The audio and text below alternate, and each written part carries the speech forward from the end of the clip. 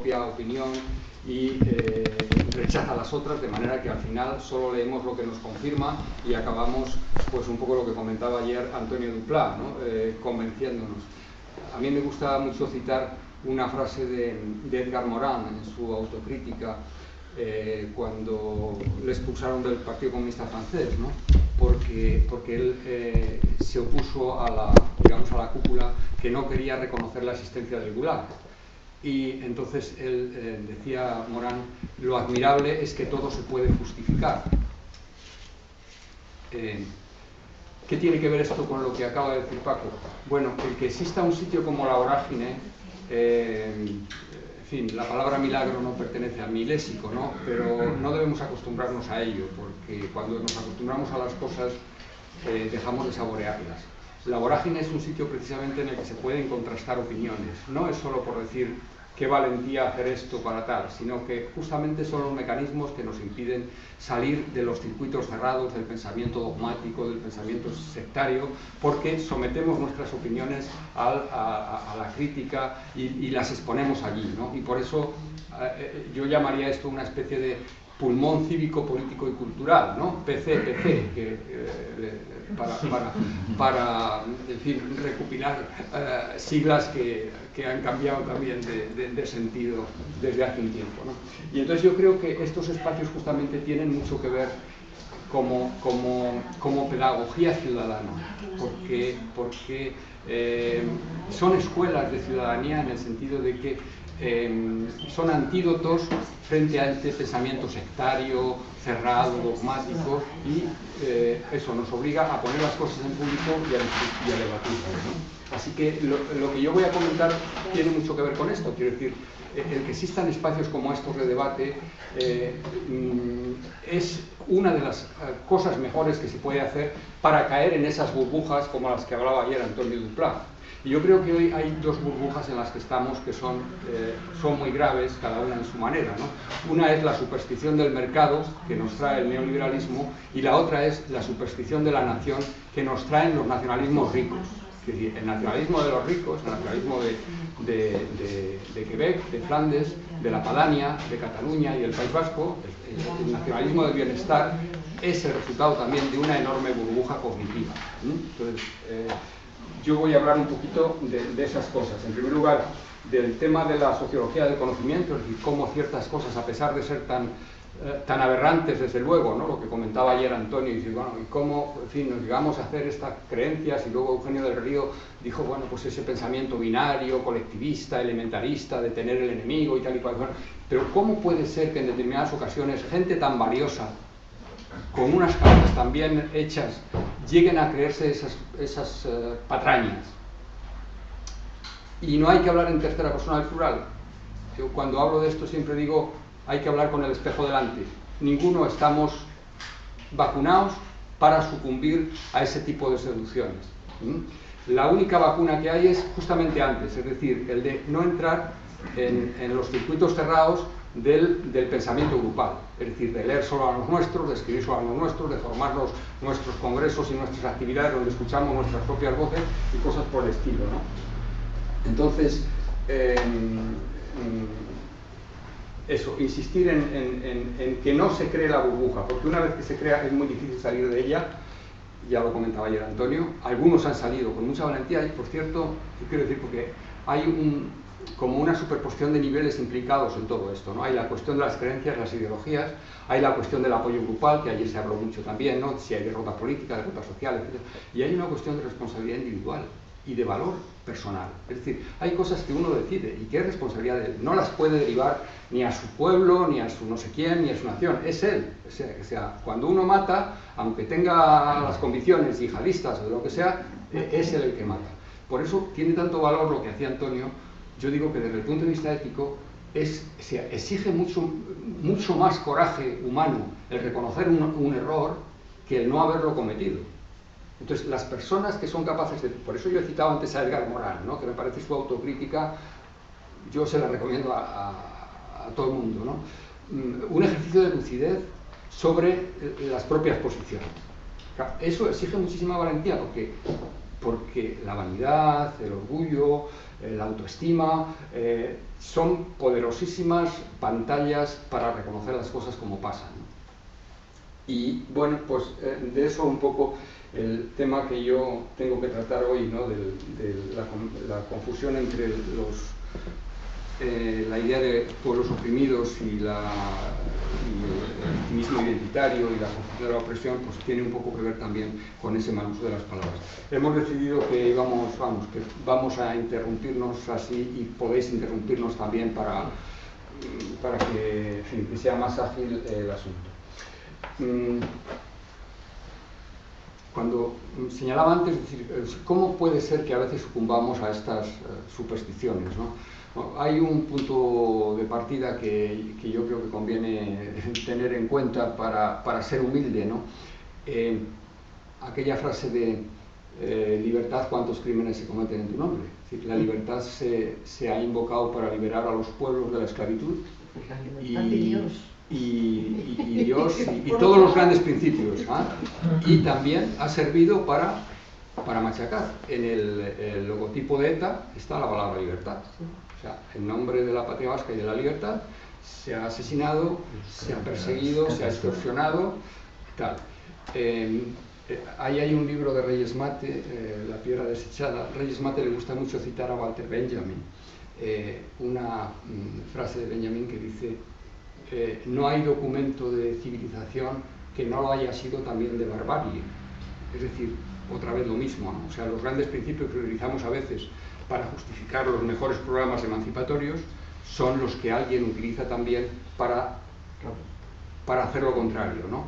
Entonces, ¿qué quiere decir eso? Que las palabras en sí mismas no tienen un piloto que dice: este hombre me está instrumentalizando ahora, me está manipulando. Es decir, cuando alguien está utilizando la palabra, no protesta. O sea, no hay elementos discursivos en el propio lenguaje que desautoricen una palabra cuando está utilizada de manera perversa, y tampoco los hay metadiscursivos. Quiero decir que si ahora hubiera un debate aquí entre nosotros y tuviéramos esa capacidad de hacer una ley a partir de no sé qué cosas, nadie podría estar por encima de nuestros argumentos lógicos para decir: esto es una impostura y esto es un argumento racional, ¿no? Y eso es un poco también como, yo a veces lo digo, no sé si los límites del programa ilustrado, eso de pensar que con la razón se despejan las tinieblas y a fuerza de pensar llegamos. Y vuelvo con esto a lo del principio, ¿no? ¿Cuántas cabezas ilustres, cuántos filósofos, científicos de todo tipo han mantenido doctrinas racistas, machistas, sexistas, todo lo que nos podamos imaginar, ¿no? Entonces, ¿qué pasa con la inteligencia? Bueno, pues si en la inteligencia no la ponemos una buena dosis de ética, pues acaba justificándose lo más abominable.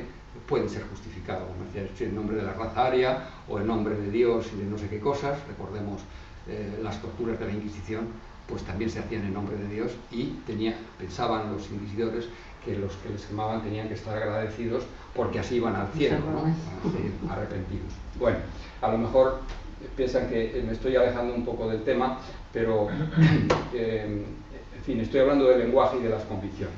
Voy a aterrizar un poco en este asunto, ¿no?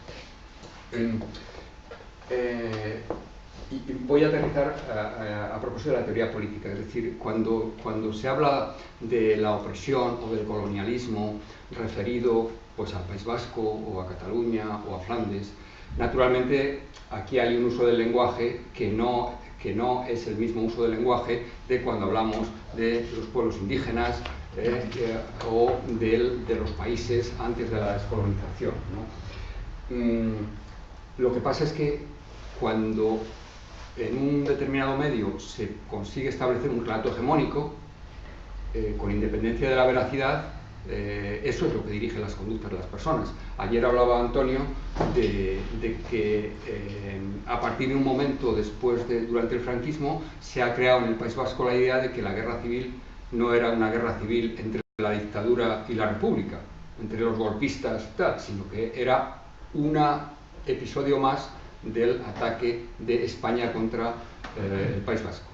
Desde hace media docena de años, ese mismo esquema se está utilizando en Cataluña. Es decir, la guerra civil no fue tal, sino que fue un atropello más de los españoles, que son identificados con los franquistas y con la caverna, que la hay evidentemente, contra Cataluña. Entonces eso quiere decir que no hubo catalanes con Franco y que todos los españoles eran fascistas, ¿no? Entonces esos esquemas simples a los que se llega con esos relatos canónicos que se establecen y se llegan a creer. Entonces, bueno, una parte del problema de esto viene de la polisemia de la palabra pueblo.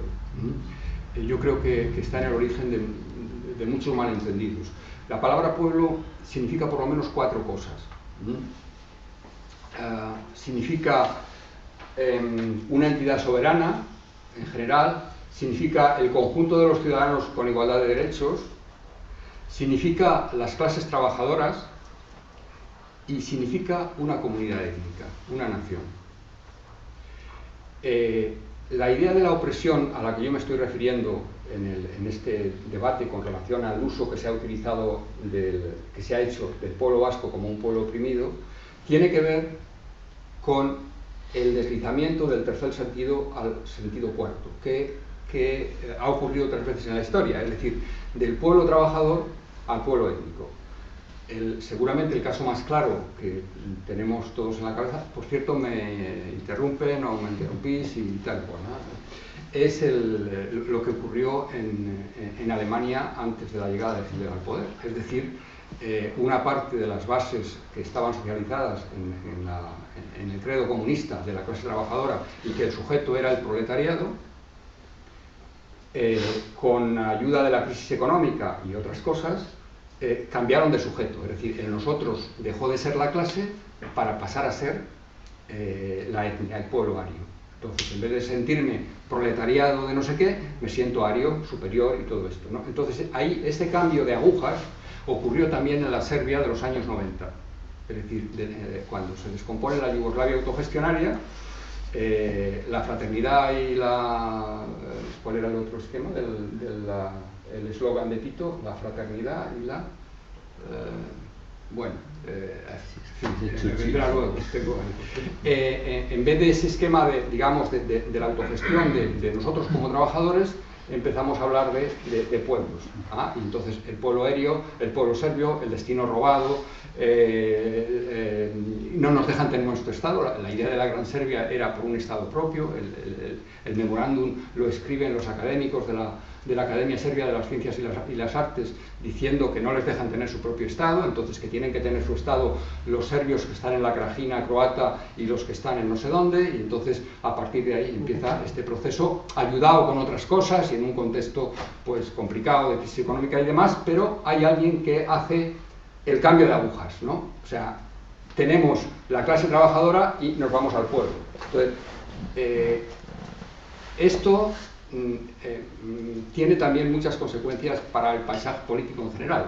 Es decir, igual que la izquierda fue barrida cuando llegan los nazis al poder, porque el marco identitario tiene mucha fuerza. Es decir, yo comparo esto a lo de los aprendices de brujo, ¿no? Hay herramientas que hay que tener cuidado cuando uno las usa, porque después se le van de las manos, ¿no?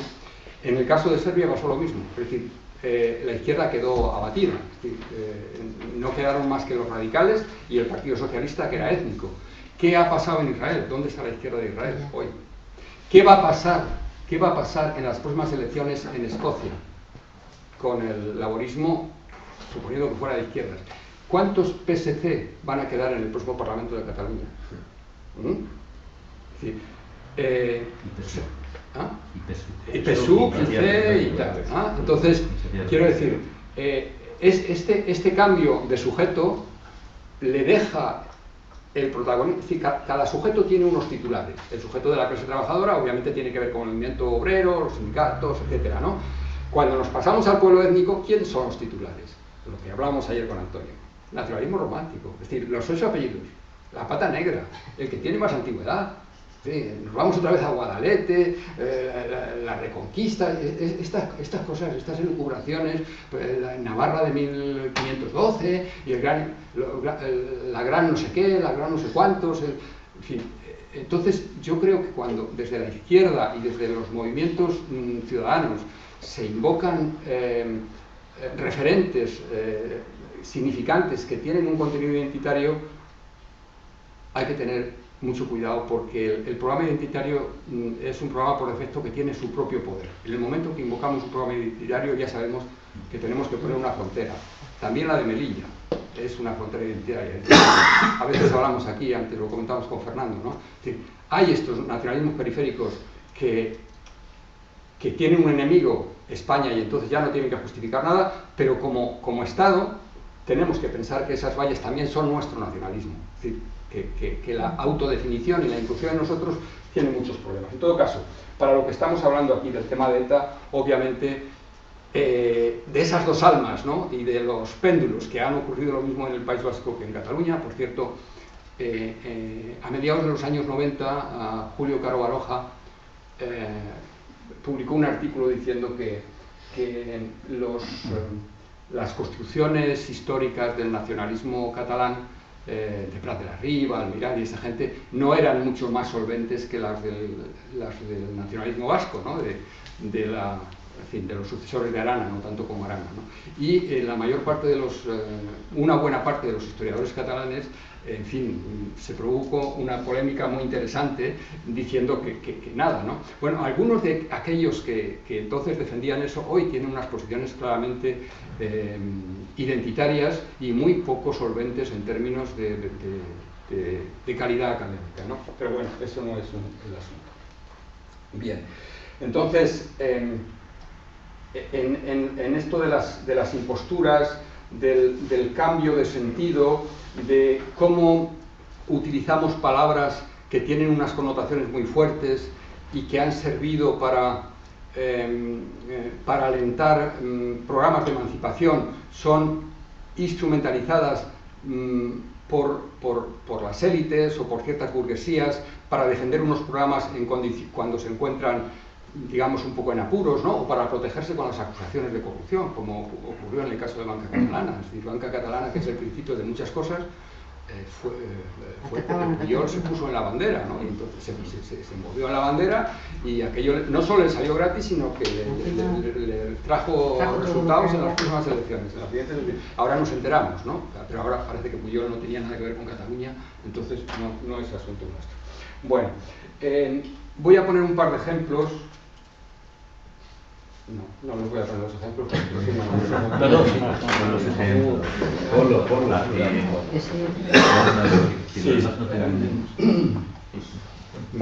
Bueno, voy a saltarme de este asunto y voy a decir pues, de cómo alguien ha codificado, por ejemplo, llegar a definir que Cataluña es un pueblo políticamente pobre, que es carenciado y tal y cual, pero si acaso luego lo tratamos en el debate. ¿Cómo se ha instalado ese relato canónico de que las naciones más ricas de España son naciones oprimidas? Pues en relación al País Vasco, bueno, yo creo que una parte tiene que ver con la pregunta que hizo Paco ayer del contexto del final de la dictadura, es decir, cuando alguien se encuentra en una situación totalitaria, las reacciones tienden a ser binarias, porque obviamente no hay más, entonces hay que estar contra Franco. Entonces contra Franco se unieron muchas cosas, unas muy valiosas y otras menos valiosas. Claro, contra Franco había que estar en el proceso de Burgos, pero el proceso de Burgos tuvo muchas consecuencias. Una de ellas es la nacionalización del antifranquismo. O sea, en el proceso de Burgos se produjo digamos, el marchamo por el cual se identificó las reivindicaciones independentistas, autonomistas, con progresista. Y además se hizo con muchos avales, quiero decir, no solo una parte considerable de la izquierda, de lo que llamaríamos hoy la sociedad civil, sino también con apoyos extranjeros, ¿no? Una de las obras más influyentes sobre eso es el prólogo que hizo Sartre. Esta obra, Gisèle Halimi es una periodista y abogada, Este libro es del año siguiente al proceso de Burgos. Y Sartre hizo el prólogo. Bueno, no lo hizo, eso sería también una cosa para detallarlo, es decir, saber quién lo escribió. Lo hizo con los materiales de la Sexta Asamblea, donde utiliza la idea, no solo la idea del colonialismo, sino que utiliza los criterios aranistas de que hay rasgos biológicos en la nación vasca que deben ser protegidos y tal cual. Es decir, es un lenguaje completamente, pero esta obra tuvo mucha influencia, porque además luego, como Sartre había hecho el prólogo de Los Condenados de la Tierra de Frantz Fanon, eso hace que la izquierda francesa descubre a los oprimidos dentro de Europa, y la izquierda española copia esta idea de los pueblos oprimidos y la transfiere a estas naciones que curiosamente están mucho menos oprimidas si nos atenemos al criterio básico materialista del bienestar que el nacionalismo menos evidente en España, que es el nacionalismo gallego, ¿no? Entonces, esta obra fue muy difundida. Zutik, que habló ayer Antonio, publica el prólogo en el número 61. ETA compra miles de ejemplares de esta obra en francés. Es decir, ETA se convierte en un mecanismo difusor del lenguaje digamos, del prólogo de Sartre que ella misma había elaborado. O sea, que es un... Bueno, en todo caso, esto le da un marchamo al componente de los vascos como vanguardia contra el franquismo, como democracia, etcétera, etcétera. Y yo creo que ese es un asunto que todavía nos dura, ¿no? Es decir, que tenemos una posición muy clara sobre el valor de la bandera española, pero no vemos que hay muchos peligros también en otras banderas, aunque sean banderas locales, ¿no? La interpretación de la historia que viene de esto, pues es terrible, ¿no? Es decir, el que se vea que el País Vasco, en el que la posición de los carlistas, Álava, es la ciudad que más voluntarios presta a Franco después de Navarra.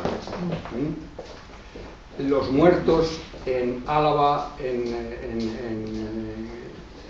el País Vasco, son mucho menos que en La Rioja, en Burgos y en las provincias. Hay un libro de Francisco Espinosa que tiene que ver con esto, digo, porque estamos entrando en el núcleo del relato. Es decir, no es la historia de España contra el País Vasco. No. Hay, obviamente, vascos que están de un lado y vascos que están de otro, y en todos los lados. Es una guerra civil que atraviesa pues todos los niveles, ¿no? Bueno.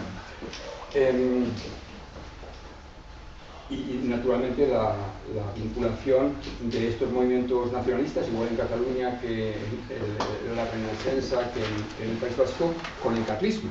El carlismo es la derrota del absolutismo. El reivindicar esto como un hecho diferencial para apoyar en ello un programa hacia el futuro, obviamente es como postular la vuelta al absolutismo. Y lo que comentó ayer Antonio Dupla con relación al concierto y a los privilegios del derecho fiscal, pues obviamente no es constitucional, es una anomalía que está por ahí. Bueno, todo esto naturalmente me he referido al concepto de opresión, del mal uso de la opresión. ¿Cómo valoramos la opresión? Vamos a buscar unos indicadores que no sean subjetivos. Uno puede sufrir de lo que sea. Vamos a ver, ¿cuál es la ciudad más cara de España? ¿San Sebastián? Sí. Pero de toda la vida. San Sebastián. ¿Quién gobierna en España? En San Sebastián, perdón.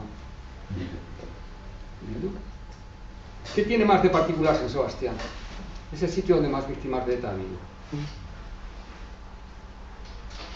Y resulta que el país que dice que es un país víctima es el que tiene más nivel de bienestar, es donde más víctimas, es decir, donde más se ha matado, y donde tiene el gobierno. Preguntas. No se entiende. Más preguntas. Decimos que ETA era la vanguardia contra el franquismo. ¿Cuántos muertos hay de ETA durante el franquismo y cuántos muertos durante la democracia? Pregunta. Tercera pregunta. Decimos que el derecho de autodeterminación es el que justifica la lucha armada. Bien, como sabemos todos, el País Vasco, hay un País Vasco Sur y un País Vasco Norte. ¿Cuál es el autogobierno que hay en el País Vasco Norte? Ninguno. ¿Con quién se va a reunir Urkullu de su correlativo tal? ¿Qué grado de protección tiene el euskera en el País Vasco Norte? ¿Y dónde se han cometido los atentados? Si decimos que nos movilizamos porque no tenemos libertad para tener un autogobierno, suponiendo que, viendo que donde no hay autogobierno es en el norte, dirían, pues resulta que habrá que hacer allí los atentados, que es donde no nos dejan ser lo que somos, ¿no? Pues no, resulta que los atentados se hacen en el sur. Quiero decir, y a pesar de eso, nos arrogamos el título de víctimas. ¿Sí? Nos están atacando y por eso nosotros nos defendemos. ¿Y cuál es el mecanismo que tenemos para explicar que estos 800 personas a las que hemos matado se lo merecían? Pues que hay un conflicto. ¿Entre quién? Antes decían los dos estados, pero ahora solo el Estado español. Entre el Estado español y Euskal Herria. Bueno, entonces, esta inmensa burbuja cognitiva, decía al principio la burbuja neoliberal, esta inmensa burbuja cognitiva es la que todavía, como decía ayer Antonio, como decía Gaizka, está pendiente de descontaminación. Y en esas estamos, ¿no? Y eso no significa, digamos, pues defender no sé qué historias del ABC o de La Razón, ¿no? Eso significa eso, que eso está ahí pendiente, hay un problema fundamental de democracia y que hay una gran parte de las organizaciones civiles y que se llaman pacifistas que han apoyado este discurso de la equidistancia, de que, en fin, como tenemos este contencioso histórico tan largo, pues en fin, y que por eso es el Estado el que tiene que moverse, porque hasta que el Estado no se mueva, la posición de ahora de una parte del nacionalismo radical es que tiene que haber amnistía, es que los presos tienen que salir de la cárcel. No ya, como decíamos ahí, lo del Anclares, que hay esta vía para irse. No, es que como ETA ha dejado de matar, pues resulta que empezamos como si fuera ayer. Y las víctimas dejan de serlo. Es decir, esas miles de familias que han sido perseguidos, esos que pasa al día siguiente de la declaración eso de repente les vuelven a los seres queridos y tal. ¿Qué hacemos con las deudas que tenemos con relación a la justicia? Bueno, pues esos son los asuntos. Yo ya lo dejo aquí porque no me he repetido nada. He dicho algunas cosas de las que pensaba decir, otras de las que no pensaba decir y algunas de las que tenía no las he dicho. Lo que se trata es que me hayan entendido y podamos hablar un poco de ello. Bueno, pues buenos días y muchas gracias por estar aquí. Yo la verdad es que tenía alguna cosa preparada, pero después de lo de ayer y de lo de hoy, no sé si ya cabe que yo diga algo, ¿no? Que está casi todo dicho y muy bien. Entonces, bueno, yo lo que pensaba era hacer un recorrido un poco, bueno, modestamente histórico sobre la relación entre ETA y su mundo y la izquierda radical, lo que podemos considerar la izquierda radical vasca y del conjunto de España, ¿no? Desde el punto de vista de que la historia de ETA todos la conocemos en sus grandes rasgos, ¿no? 50 años de existencia, algo más de 50 años, casi 1000 muertos, miles de heridos, de perseguidos, de damnificados, de extorsionados, y a su alrededor un conglomerado de lo que se ha venido a llamar el Movimiento de Liberación Nacional Vasco, lo que ellos se autodenominan y desde muchos sectores se les denomina la izquierda abertzale, que configura un sector social de apoyo indiscutible, que es el que ha permitido sin duda la continuidad del terrorismo de ETA. Y además de ese movimiento vasco de liberación nacional que ha apoyado directamente y que ha supuesto el primer escudo, el primer círculo de defensa, pues hay también un sector social más amplio que constituyen, digamos, círculos concéntricos, vamos a decir, de apoyo, de no combate contra ETA, al menos, o de cierta cobertura ideológica, que es el que le han prestado fundamentalmente el nacionalismo, sin duda, el nacionalismo moderado, no violento, como queramos llamarle, representado por el PNV, por ELA, por los grupos nacionalistas, y la izquierda radical. La izquierda radical, que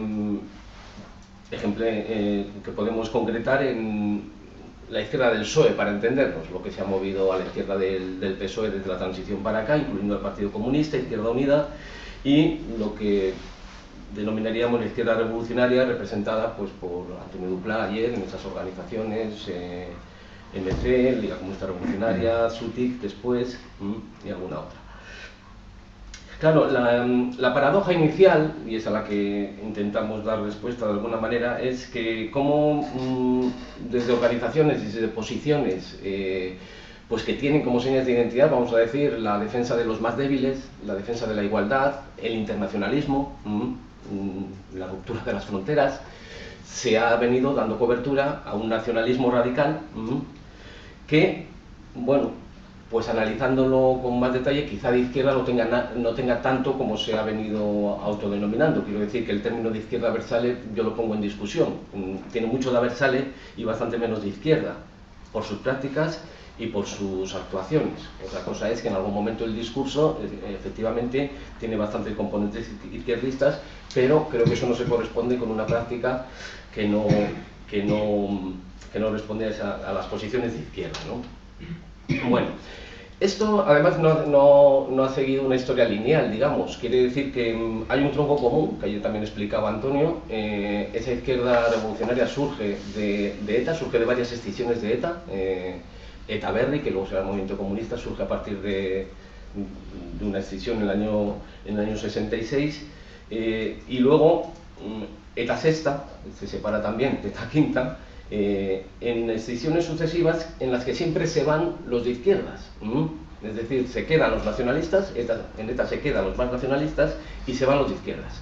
A partir de ahí hay una diferenciación y hay una crítica a ETA y viceversa, de ETA hacia estos grupos, en los años del tardofranquismo, de los primeros años de la transición, estamos hablando, en donde hay también una disputa por un espacio común. Claro, hay una sociedad movilizada, más en Euskadi, pero también en el conjunto de España. Hay una sociedad que está en el movimiento obrero, en el movimiento estudiantil, en el movimiento vecinal, en algunos movimientos sociales, ecologistas, antinucleares, claramente posicionada contra el franquismo y luego por la lucha por la democracia o la defensa de reivindicaciones más parciales.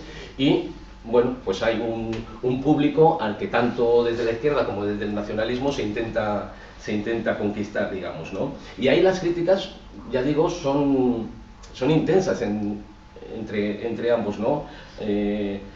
Yo tengo recogidos algunas posiciones en manifestaciones conjuntas en las que los nacionalistas proetarras, vamos a decir, dicen españoles a Madrid, les dicen a los del MC, ¿no? Son españoles, son españolistas, que se vayan a Madrid, aquí no pintan nada, en Euskadi no pintan nada, ¿no? Desde el otro lado, desde Zeregin, que es una de las publicaciones de MK, del Movimiento Comunista Vasco, dicen a ETA: por más que pretenda justificarse desde posiciones de socialismo vasco, de revolución vasca, esa corriente es netamente reaccionaria. Su concepción de aversalismo no conduce más que a un enfrentamiento en el seno de la propia población de Euskadi, cuya gravedad sería insospechable. Bueno, vemos que no hay en ese momento esa afinidad que hubo después. Por tanto, hay un recorrido que vamos a intentar explicar.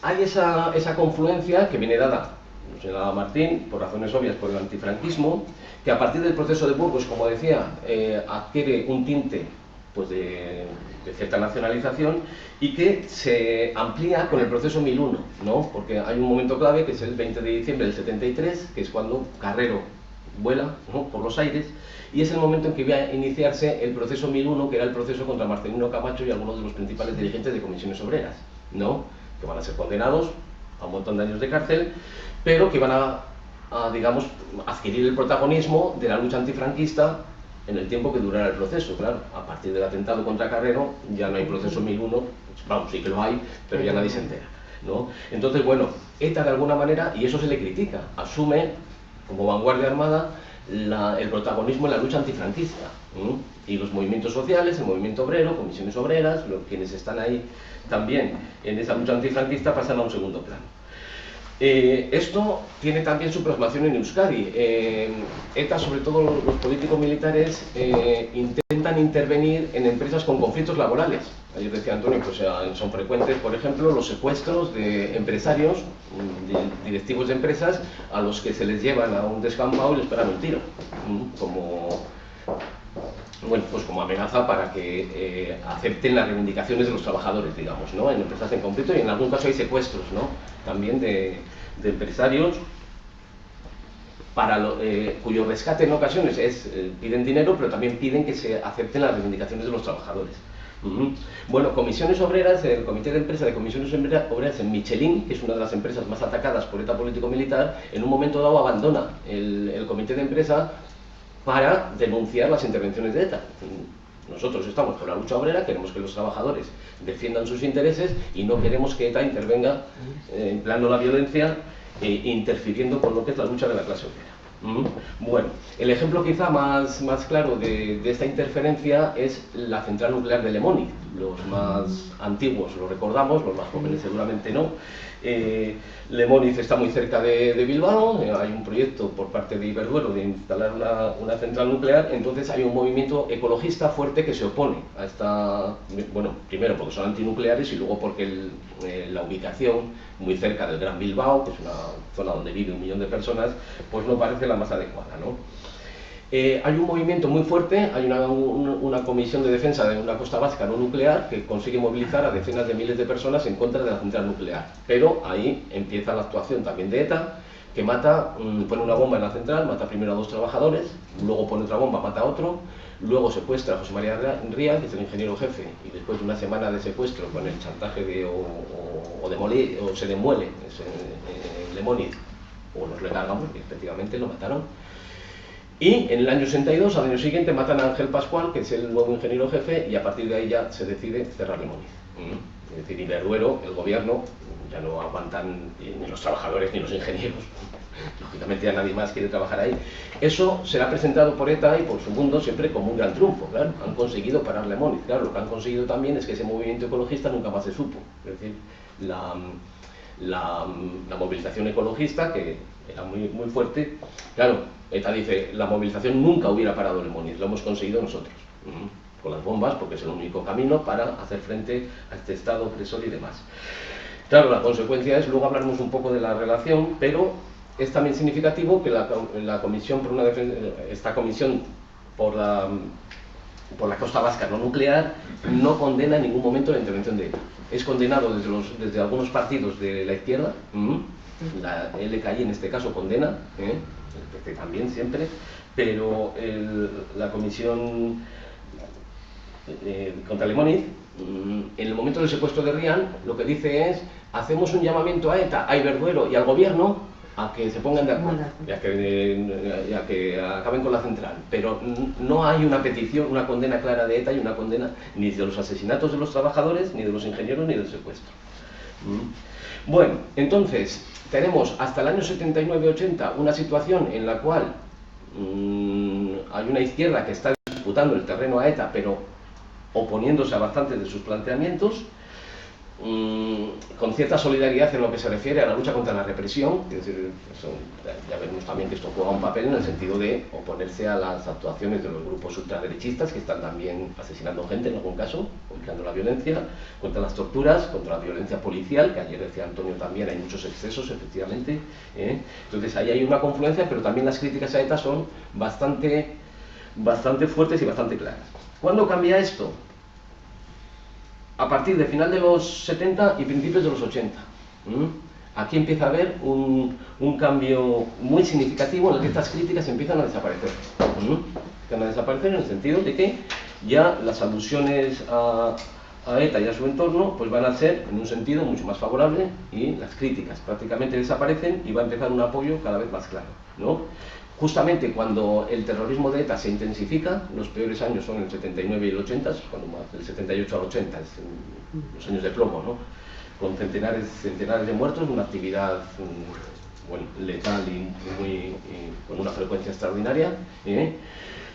Y después, en los años 80, cuando esta frecuencia de alguna manera disminuye, disminuye porque hay una actuación policial mucho más intensa, hay una persecución y se acaba la impunidad francesa, bueno, por una serie de causas, ETA pasa al coche bomba.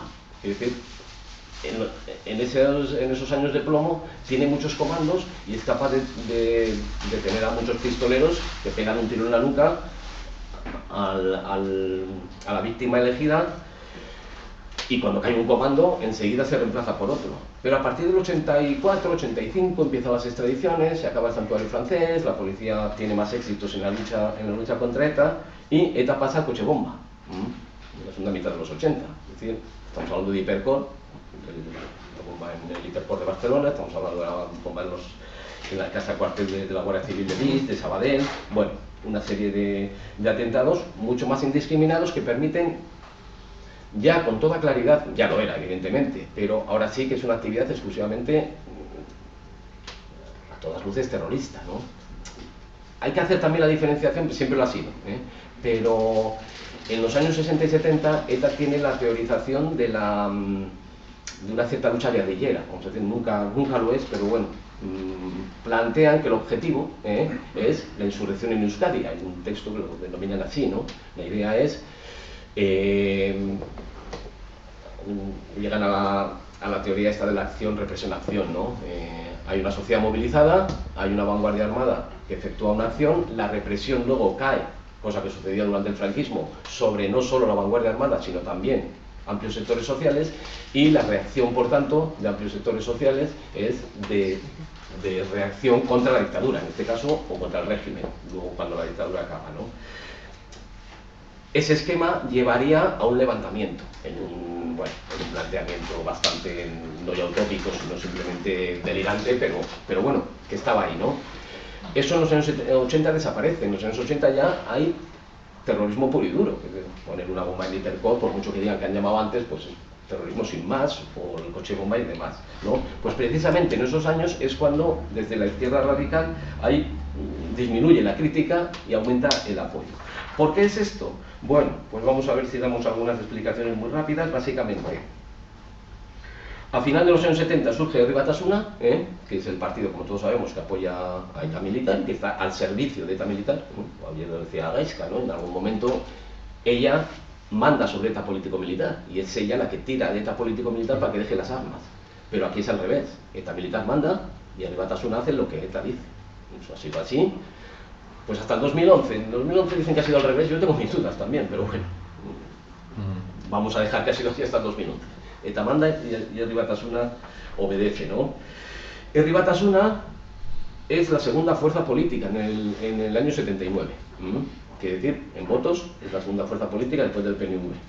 En las elecciones generales y municipales del 79 se elige la segunda fuerza política. Entonces, una vez que el suflé de la transición baja, esa sociedad movilizada, esa sociedad del tardofranquismo, de los primeros años de la transición, muy politizada, con muchas reivindicaciones pendientes, ya empieza a aparecer una sociedad consolidada, una sociedad democrática, no consolidada todavía, pero bueno, se va camino. Euskadi es el único territorio de España en donde eso no se ha producido, esa estabilización, ese camino hacia esa democracia aburrida que decía ayer Antonio, en donde la épica desaparece y ya tenemos una democracia aburrida en la que no hay más que discursos en el Parlamento y pactos en los ayuntamientos y estas cosas que no son nada épicas, ¿no? Euskadi es el único territorio en donde eso no ocurre, donde hay un grupo, o varios, que siguen practicando la lucha armada y donde hay un movimiento social muy fuerte, que ha parado Lemoniz, que se moviliza continuamente, que hace barricadas casi todos los fines de semana, etcétera, etcétera, ¿no? Y es esa fascinación lo que lleva a estos sectores de izquierda a abandonar precisamente sus críticas anteriores y a abandonar esa primacía de lo que serían las señas de identidad de la izquierda para asumir el apoyo al nacionalismo radical, porque es el último espejismo revolucionario de Occidente, el último lugar de Occidente donde parece que hay posibilidades de que algo pase. Esto hay algunos dirigentes de Izquierda Unida, por ejemplo, que lo señalan con toda claridad. Katy Gutiérrez, bueno, pronto depurada, de Izquierda Unida, dice: la expansión del nacionalismo radical ha achicado el espacio de la izquierda en Euskadi, que ha llegado prácticamente a desaparecer debido a la política seguidista del nacionalismo radical. En 2 líneas está perfectamente explicado. Hay un seguidismo del nacionalismo radical, el componente izquierdista prácticamente desaparece, y lo único que hay es apoyo pues, a Herri Batasuna y a ETA Militar. ETA ha conseguido, hay una cuestión también que quería resaltar, porque ETA, me acuerdo, aquellos años, sobre todo en los atentados más brutales, ¿no? Pues siempre había las declaraciones de los ministros o de los políticos, o de están locos, son alimañas sedientos de sangre, ni están locos, ni son gente, bueno, seres humanos como nosotros, son asesinos, eran asesinos políticos, por motivos políticos, evidentemente, lo cual, como decía ayer Antonio, agrava más el carácter de asesino. Claro, Rudolf Hess era un asesino político, era un nazi. No mataba para robar al tendero de la esquina, mataba porque era un nazi. Eso le hace peor. Pues ETA también. Son asesinos políticos, lo cual les hace mucho peores que al que mata porque quiere robar un supermercado. Bueno, estoy defendiendo eso, evidentemente, pero el carácter de político agrava. Por eso cuando alguien dice, hay presos políticos en Euskadi y tienen que salir a la calle, no tienen que salir a la calle. Hay presos políticos, efectivamente, son asesinos políticos, criminales políticos. Bueno, pero esos criminales políticos en esos años, y todavía, y acabaré con esto, creo que todavía son los majos. En muchos lugares, en muchos sectores sociales, en los años 80, eso aparecía con toda claridad. Eran los nuestros, eran los majos. En las fiestas de los pueblos estaban las fotos de todos los presos y todos los refugiados del pueblo, y presidían las fiestas de las fotos, las plazas en los pueblos, las fotos de los presos. Los malos eran las víctimas, los malos eran los policías, los guardias civiles, los militares, los chivatos, los traficantes de drogas, los empresarios, los políticos de los políticos franquistas, de los partidos de oposición. Estos eran los malos, en la consideración de amplios sectores sociales. Es decir, esto algo habrá hecho. Era la respuesta de mucha gente ante el asesinato, ¿no? Hay testimonios tremendos de familiares de víctimas que van a Francia a pedir explicaciones a los de ETA, ¿no? Porque se les encontraba en Francia perfectamente. Esto lo cuenta Calleja también en alguno de sus libros, ¿no? Ibas a un bar de San Juan de Luz o de Hendaya, preguntabas por fulanito y te lo buscaban inmediatamente, que se movían con toda tranquilidad. Iban familiares de asesinados a preguntar, ¿por qué lo habéis matado? Pobre hombre, que era un trabajador, no hace nada. Y hay testimonios también públicos diciendo, no consentimos que se calumnie a nuestro marido, al que han matado, a nuestro padre, a nuestro hijo, ¿no? Bueno, o sea, lo han matado y están diciendo no consentimos que se calumnie. La peor calumnia es el asesinato, ¿no? Pero además tenía el otro asesinato que era el acabar con su honra, con su buen nombre, ¿no? Entonces hay lo que podemos llamar un bus social, un ambiente social que hace que las fiestas de los pueblos, pues no solo se cante el boló, boló, carrero, boló, sino que eso, que hay que pedir la vuelta de los presos y de los exiliados. Surge el rock radical vasco, estos grupos que cantan pues, canciones exaltando a ETA, pero bueno, pues que es lo que se lleva, y el eslogan de Herri Batasuna, por una Euskadi alegre y combativa. Es el eslogan que engancha a la juventud. Y ahí juegan un papel pues estos grupos musicales, estas fiestas, bueno, pues lucha eta borroka, ¿no? Fiesta eta borroka, ¿no? Fiesta y lucha. Bueno, Euskadi alegre y combativa. Sí, era un poco lo que unía a la población, ¿no? Y esto también en las grandes poblaciones, pero claro, en los pueblos pequeños no había manera de salirse de ese ambiente. Jayabai, borroka ere bai, ¿no? Pues, seguramente. Seguramente. Hay una teorización que también quería... bueno, voy a acabar ya, porque si no... Pedro Ibarra o Iñaki Bárcena, ¿no? Que son, bueno, pues ensayistas, teóricos, que no pertenecen al mundo del nacionalismo radical, pero sí al entorno que de alguna manera les ha dado cobertura, ¿no? Hablan de que el nacionalismo... Iñaki Bárcena era del LKI. Era del LKI. Y Pedro Ibarra. No, lo conozco por el movimiento ecologista, ¿no? Uno de los abogados defensores en Prosegur. Sí. Abogado laboralista y profesor de teoría política en la Universidad del País Vasco, ¿no? ¿Vas a dar clase a ti? No. ¿Pedro Ibarra? No. Bueno, señalan que hay un carácter progresista en esto que estamos comentando, ¿no? Desde el punto de vista que facilita la cohesión social. Pues todos somos muy bajos, todos nos divertimos juntos, luchamos juntos, y luego cuando llegue la época de la Kale Borroka, pues nos vamos a quemar cajeros juntos, ¿no? Entonces, qué felicidad, ¿no? Y estas tendencias comunitarias que al parecer, según ellos, se enlazan con la tradición de la izquierda, ¿no? Y es lo que ha permitido, en la defensa que ellos hacen un poco de estas características, que Euskadi, por ejemplo, fuera el lugar de España con más porcentaje de objetores de conciencia y de insumisos, nos cuenta un poco de la paradoja, ¿no? El antimilitarismo pues se presentaban como movimiento antimilitarista. No tiene nada que decir ante ETA, sí ante el ejército español, claro. Bueno, creo que son admirables los insumisos que se negaban a ir al ejército y asumían penas de cárcel por negarse a cumplir el servicio militar, pero claro, estar en un territorio en el que ETA está asesinando continuamente a tus vecinos y negarte a ir al ejército, pero no decir nada, no tener nada que decir ante ETA, pues es un poco curioso, ¿no? Señalan también, pues eso, la fortaleza de algunos movimientos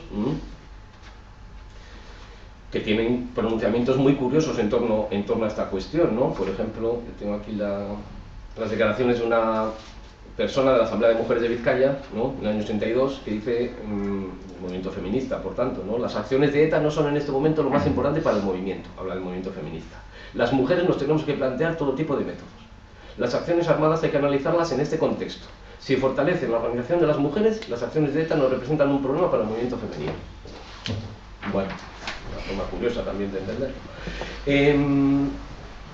Digo que frente a estas teorizaciones que dicen, bueno, pues nos divertimos juntos, luchamos juntos, pues López Romo, Gaisca, tienen escrito que precisamente esto lo que ha fomentado es el antipluralismo y la subordinación a la estrategia militar, un poco lo que veíamos antes. Claro, nos divertimos juntos siempre y cuando la autoridad militar nos deje o nos indique lo que tenemos que hacer, ¿no? Bueno, por ir cerrando, hay algunos elementos que confirman, entre comillas, el carácter progresista del movimiento. En Euskadi, Navarra, hay solo 4 comunidades en donde el referéndum de la OTAN sale negativo, que son Euskadi, Navarra, Canarias y Cataluña, es decir, allá donde el nacionalismo está más implantado. Entonces, esto es un plus para los que están en esta corriente, ¿no? Otro tipo de movilizaciones que favorecen un poco esta percepción, y la idea esa de que el radicalismo pues es bueno y que hay que apoyarlo porque revela la existencia de gente que está luchando, aunque tienen el pequeño problema que son un poco excesivamente nacionalistas, pero al menos son gente que lucha. Esta es un poco la idea. Bueno, yo voy a cerrar, y a partir de los años 90 empieza un poco la decadencia de ETA, en el sentido de que cada vez pues esa eficacia policial y judicial va minando cada vez más la fortaleza de la organización. Luego llegan las ilegalizaciones de Batasuna y de todas las organizaciones satélites, lo cual indiscutiblemente va haciendo cada vez más débil tanto a la organización terrorista como al entramado que la apoya. Ayer se decía que ETA no ha sido derrotada políticamente, sino militarmente, ¿no? Yo creo que efectivamente ha sido derrotada por la policía, por las instancias judiciales, por el sistema democrático, con todos sus instrumentos, pero yo creo que también hay que valorar la movilización social que empieza a aparecer a finales de los 80 y que se desarrolla durante los 90, sobre todo durante los 90, ¿no? Yo creo que el papel de Gesto por la Paz fundamentalmente ha sido extraordinario, fundamental, y que cuando decimos que la sociedad vasca no ha estado a la altura, yo estoy de acuerdo, y ahora voy a cerrar con esto. Yo creo que, por lo que decía Gaisca ayer, Gesto por la Paz convoca cada vez que hay un asesinato, al principio sobre todo, hay más gente en la pancarta de enfrente defendiendo a ETA que la pancarta contestando el asesinato, condenando el asesinato, ¿no? Entonces, eso ya dice bastante. Pero también es verdad que Gesto por la Paz fue capaz, y otras organizaciones, no solo, de sacar mucha gente a la calle, de cada vez que había un secuestro, estar día a día, todas las semanas, haciendo frente a los fascistas que les llamaban de todo. Bueno, creo que supuso un cambio fundamental que quitó el monopolio de la calle a los violentos. La calle era de ellos, solo se movilizaban ellos. Bueno, no solo, también hubo algún caso anteriormente, pero bueno, básicamente era de ellos. Y Gesto por la Paz consiguió, y otras organizaciones pacifistas consiguió que eso cambiara. Eso cambió a partir de los años 90. Siguió siendo, pese a todo, bastante minoritario el movimiento contrario, el movimiento pacifista, pero creo que jugó un papel muy importante y eso hay que valorarlo, no se puede olvidar. Aunque la mayor parte de la sociedad vasca yo creo que tiene una responsabilidad fundamental, lo decíamos ayer, en que fundamentalmente ha mirado para otro lado. Quitando ya los sectores que en mayor o menor medida han apoyado, fundamentalmente ha mirado para otro lado, y yo creo que eso pues hay que dejarlo constancia también. En la actualidad, yo creo que ETA efectivamente no ha sido deslegitimada con toda claridad políticamente en el seno de la ciudadanía vasca. Yo antes de venir quería mirarlo porque me interesaba, no lo había visto, pero hay un euskobarómetro de diciembre del 14, o sea, de hace 4 meses, ¿no? Entonces, el político más valorado en Euskadi en la actualidad, en diciembre del 14, es Pablo Iglesias, que bueno, pertenece a otra órbita, vamos a dejarle de momento. El siguiente es Urkullu, que tiene una valoración del 4,6, ya sabemos que a los políticos les cuesta probar, ¿no? Urkullu tiene un 4,6, Otegi tiene un 4, Pedro Sánchez tiene un 3,1, Rosa Díez un 2,6, Mariano Rajoy un 0,9. Estos entre los que más conocidos, ¿no? Y entre los menos conocidos, no los conoce todo el mundo, pero Asier Arraiz, a quien seguramente igual todos no le conocéis, que es el dirigente actual de Sortu, que es la heredera de Batasuna, tiene un 4,9, es decir, está situado el segundo después de Pablo Iglesias. El primer político vasco, el político vasco más valorado es el secretario general de Sortu, la heredera de Batasuna. Le siguen Ortúzar, que es uno del PNV, con 4,3, Cayo Lara, Idoia Mendia, del PSE, y los que menos son Gorka Maneiro, de UPD, con un 2,1, y Arantxa Quiroga, del PP, con un 2. Es decir, los dos partidos, me imagino que hay otros factores, pero los dos grupos políticos que más se han opuesto a ETA, vamos a decir, bueno, también el PSE, evidentemente, tienen un 2 de valoración. Otegi tiene un 4 y Asier Arraiz tiene un 4,9. Me parece bastante significativo. No creo que se deba a que Asier Arraiz es muy guapo y tenga grandes dotes comunicativas. Entonces yo creo que ese es un trabajo que está por hacer, la deslegitimación de ETA, que está pendiente y que es muy importante porque luego pasan, bueno, pues pasan las cosas que pasan, ¿no? Hay una nueva izquierda que está surgiendo por ahí, que es Podemos. Voy a acabar con esto para provocar. ¿A quién? No sé. Al público. Monedero ha estado en la Universidad del País Vasco hace poco, el mes pasado, en marzo. Ha estado, bueno, pisando con mucho tiento el terreno, no vaya a ser que se le manchen los zapatos. Dijo que hay que hacer algo para cerrar el problema, que es maravilloso que ya no haya violencia, pero que hay que hacer algo para cerrar el problema porque es maravilloso que no haya violencia y tenemos que consolidar la paz. No sé si el que tiene que hacer algo es el gobierno o quién tiene que hacer. Quiero decir que no hay un discurso claro tampoco en Podemos. No hay un discurso de apoyo, evidentemente, solo faltaría. Tienen mucho miedo a que Podemos pacte con Bildu. Yo creo que Pablo Iglesias les ha dicho alguna cosa en ese sentido, pero creo que bueno, que también falta alguna claridad mayor por parte de los nuevos que están viniendo. Bueno, perdón, pero me parece que me he pasado el tiempo. Yo voy a hacer dos comentarios. Uno respecto a lo que has planteado tú, Martín, quería plantear una reflexión que no sé si tiene solución o no, y es un poco también esa deriva del concepto pueblo proletario al concepto pueblo etnia, y que es mucho más emocionado, obviamente. Siento también que ver un poco con la crisis del modelo de Estado-Nación occidental liberal, que primero homogeniza, o sea, en su ADN está que para que haya un Estado-Nación fuerte tiene que ser homogéneo, en todos los sentidos, y por lo tanto el Estado español tiene varios problemas en esa clave, y por lo tanto va cerrando los espacios de participación para que un movimiento, por ejemplo, obrero, realmente pueda tener una repercusión real en la vida política del país, y sin embargo lo emocional tiene más gancho. Lo emocional al final es telúrico, no necesita realmente de una traducción política exacta, puede llegar a tenerla, pero no. Entonces es una reflexión ahí que suelto. Y respecto a lo de Javier, yo tenía varios comentarios. Yo estoy un poco... porque creo que al final de él también pasa un poquito, ¿no? Nos quedamos con los síntomas, pero no vamos a las causas. Y podemos caer también en un relato, o se puede caer en un relato bipolar, o sea, de dualidad, en el que solamente contamos lo malo que son estos tipos violentos y terroríficos y tal, y nos olvidamos de las otras partes, ¿no? Y ahí, y no solamente decir, bueno, sí, no, y la policía también alguna vez fue mala. Bueno, es más complejo, ¿no? Yo quería señalar algunos factores. Uno, aquí no se ha hablado nada del factor PNV y del aprovechamiento político por parte del PNV de la violencia de ETA. Y ahí ha habido una rentabilidad política del PNV, que de hecho vuelve a gobernar en Euskadi, y una rentabilidad en esa negociación con Madrid de ¿qué me das? ¿Qué me quedo? Y a mí, de hecho, un ex alto dirigente de ETA alguna vez me dijo, la sensación después de tantos años es que Arzayus nos utilizó. Iba a Madrid y decía, mira que los muchachos van a tentar, así que dame tal, ¿no? Entonces, el factor PNV, que además es más complejo, porque tiene que ver con toda la raíz católica, carlista, en fin, no vamos a entrar en eso, pero nos olvidamos como si el PNV aquí no tuviera nada que ver. Y yo creo que tiene mucho que ver en esta jugada, ¿no? Y es una de las causas. Segundo, yo creo que hay que aceptar que ha habido represión durante la dictadura. No solamente acción policial efectiva, hablamos de la efectividad de la policía y del aparato judicial. Bueno, después de muchos años también de represión callejera, igual que ETA utilizó la calle como una expresión violenta, la policía infiltró movimientos, en fin, hay mucha información sobre lo que pasó. Y bueno, hubo terrorismo de Estado, que no es una broma, es decir, no es un tema menor, en el que no ha habido ni verdad, ni justicia, ni reparación, tampoco. O sea que, digo, para que el relato sea complejo, que no sea sencillo, ¿no?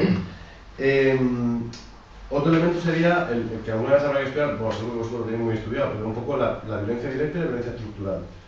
Lo más espectacular es un atentado, igual que lo más espectacular es una tortura en una prisión o en una represión policial, física, ¿no? Pero hay una violencia estructural.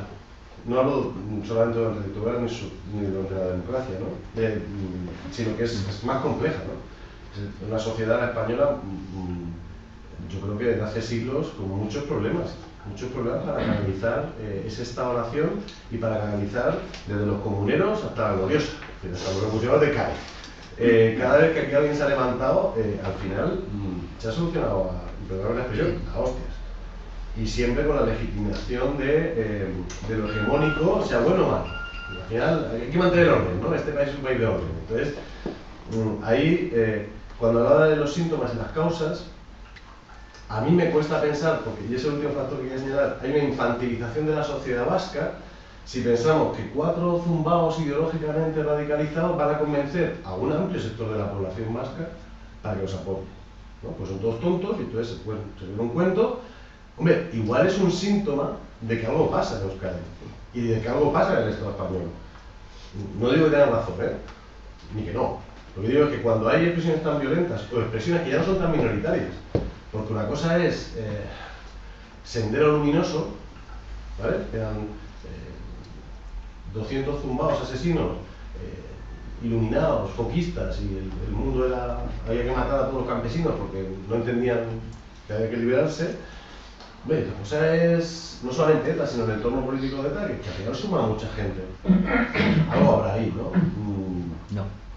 Bueno, esas son las tesis. Me parece, mi tesis es que es ciego, y mi experiencia no solamente aquí en España, sino en otros lugares donde hay conflicto armado, donde hay conflicto violento, donde hay expresiones violentas, es que pensar que la violencia es simplemente fruto de... Oye, el nazismo no fue fruto de Hitler, de un loco que convenció a todo un país, es más complejo. O sea, hay todo un fenómeno de construcción de un totalitarismo que responde a unos problemas que había, no solamente en Alemania, sino en Europa.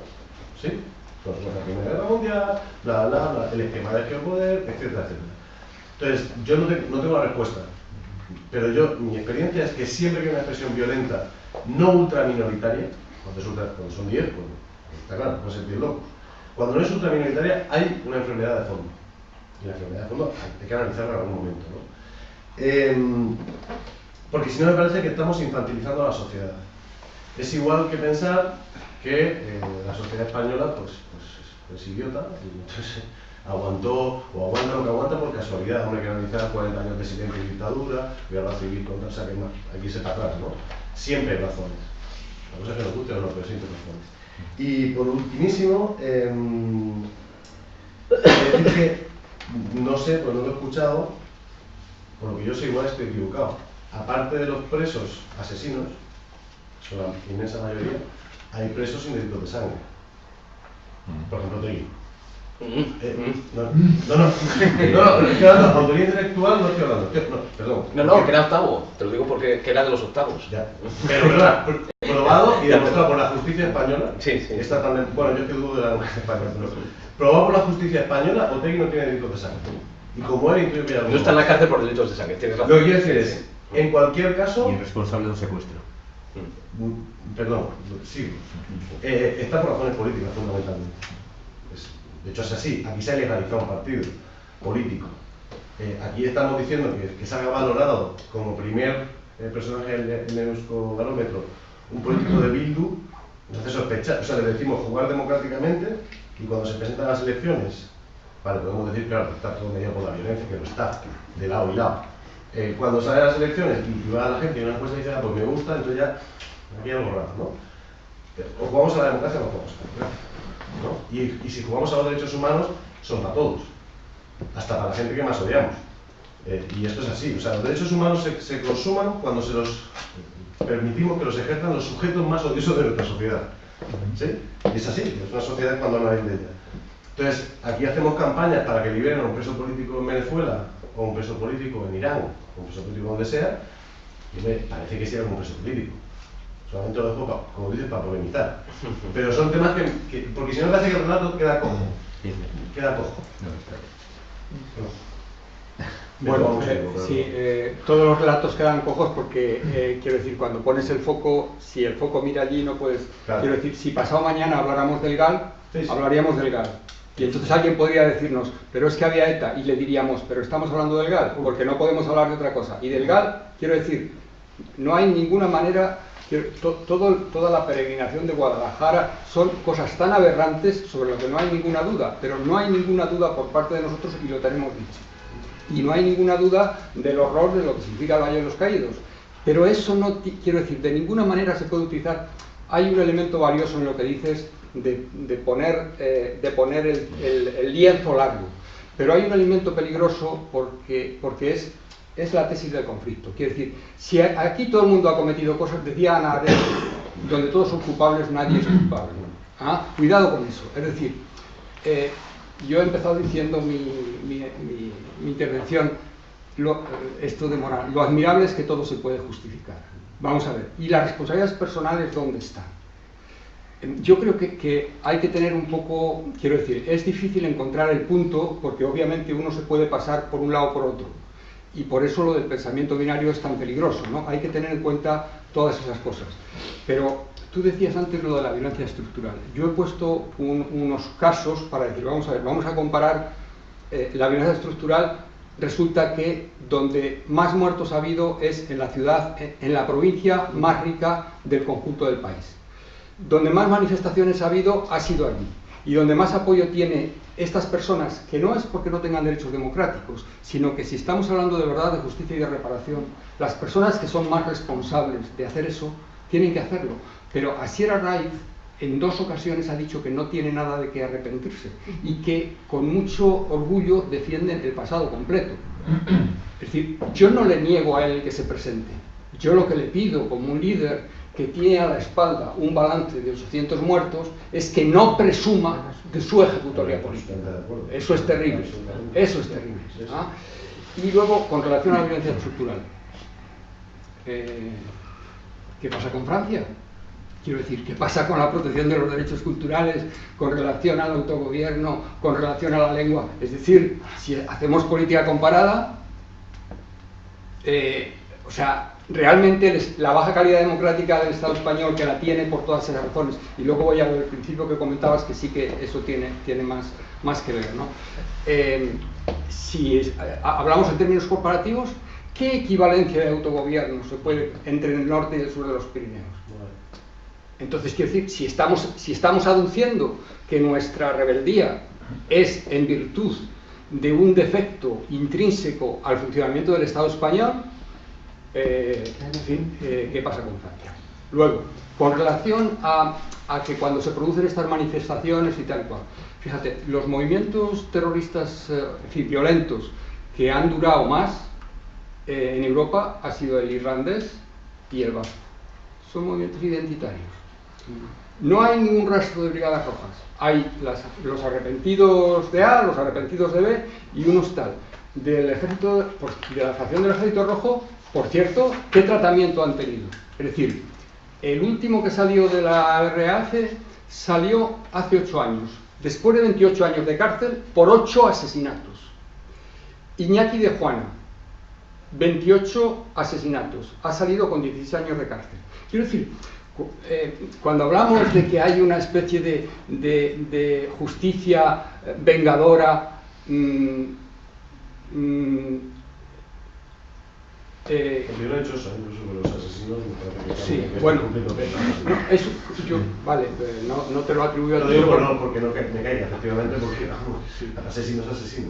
Igual. Y bien, quiero decir que ¿ves? A la hora de coger, claro, uno comenta unas cosas y otras las deja sin comentar, pero también si comentara otras también seguiría dejando de comentar otras. Un poco esto es lo que hablamos antes con relación a estos temas de justicia, que siempre, digamos, hay un foco en el que te basas, luego hay un terreno de penumbra, o bien que no lo ves, o bien que ya es una cuestión de grano fino, de hasta dónde llegas, siempre hay, es decir, en un proceso donde hay muchas víctimas, las víctimas nunca obtienen reparación. Es decir, en términos literales, no hay reparación posible para las víctimas. Esto es, quiero decir, alguien a que le ha matado a alguien, ¿cómo le reparas? No hay forma.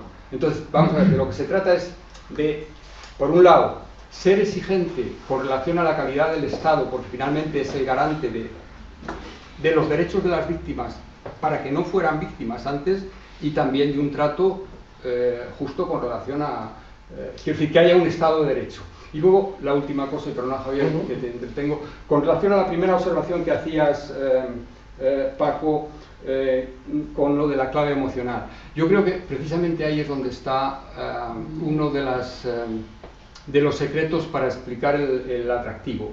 O sea, por un lado lo emocional y por otro lado porque esto permite trasvasar, cuando hablamos de las puertas giratorias, de la corrupción, esto permite trasvasar la exclusión de clase, que es una exclusión vertical, a la exclusión horizontal. Entonces, eso es lo terrible. Otra cosa es que el hecho de que haya personas que se protejan detrás de una opresión ficticia no oculta de que hay personas, hay comunidades que son efectivamente maltratadas y oprimidas por pertenecer a esa comunidad. No, hay que tenerlo en cuenta. Pero desde luego el País Vasco no es el caso de Argelia, ni es el caso de los saharauis, ni es el caso de los kurdos, ni es el caso de Palestina. Y es una vergüenza, o sea, a mí me estremece cada vez que veo a los planes de desarrollo del País Vasco o de Cataluña que van a hacerse una foto con una pobre de no sé qué sitio allí, porque así se vienen cargados de legitimidad para que nosotros somos como ellos. Me parece que esa impostura es en fin, insostenible por el respeto que debemos a los oprimidos de Europa. ¿Iba a contestar? ¿O hacemos primero las preguntas? No. Bueno, sí, contesto a ver si lo hago rápido. Sobre el PNV, vamos a ver, yo creo que el PNV tiene muchas responsabilidades y hay muchas críticas que hacerle, pero lo decía ayer, me parece que los dos, y se dice continuamente, ¿no? La responsabilidad es del carpeta al gatillo. Es decir, los que matan son los asesinos, son los que matan. El PNV puede haber sacado provecho, efectivamente, yo creo que ha sacado provecho en momentos. Yo creo que el conjunto de la ciudadanía vasca, ayer hablábamos de los conciertos económicos y demás, pues son ventajas que probablemente tienen gracias a que existía ETA.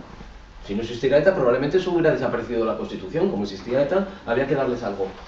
Ha habido una ventaja, pero no se puede responsabilizar al PNV de que exista ETA. Yo creo que ETA, cuando nace, al PNV no lo quiere de ninguna manera. Eso te lo han beneficiado. No. Eso te lo han beneficiado políticamente. Bien, Pero bueno. solamente por matizar, no cambiemos, yo no he dicho en ningún momento que el PNV sea el culpable de que exista.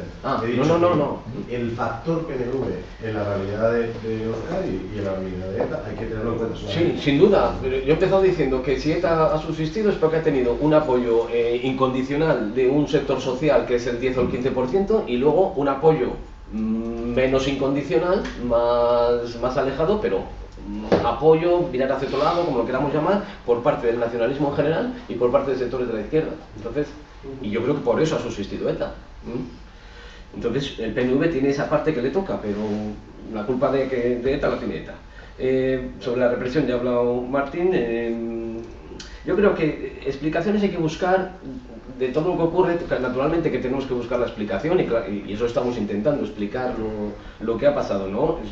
Pero hay que explicar por qué llega Hitler al poder y por qué los nazis toman el poder, que claro, lo primero que te planteas es Alemania, 1933, ¿qué ocurre? Un país de los principales países de Europa y votan a estos tipos, pero ¿qué pasa? ¿No? Hay que explicarlo, pero eso no justifica de ninguna manera, claro. Una cosa es decir, oye, el Tratado de Versalles era injusto, humilla a Alemania. Los alemanes lo perciben como una humillación a la nación en su conjunto y a partir de ahí reaccionan de alguna manera. Una cosa es la explicación, otra cosa es justificación. Naturalmente, no se puede justificar de ninguna manera todas las barbaries, ¿no? Entonces, aquí también vamos a explicar, pero eso no justifica en absoluto.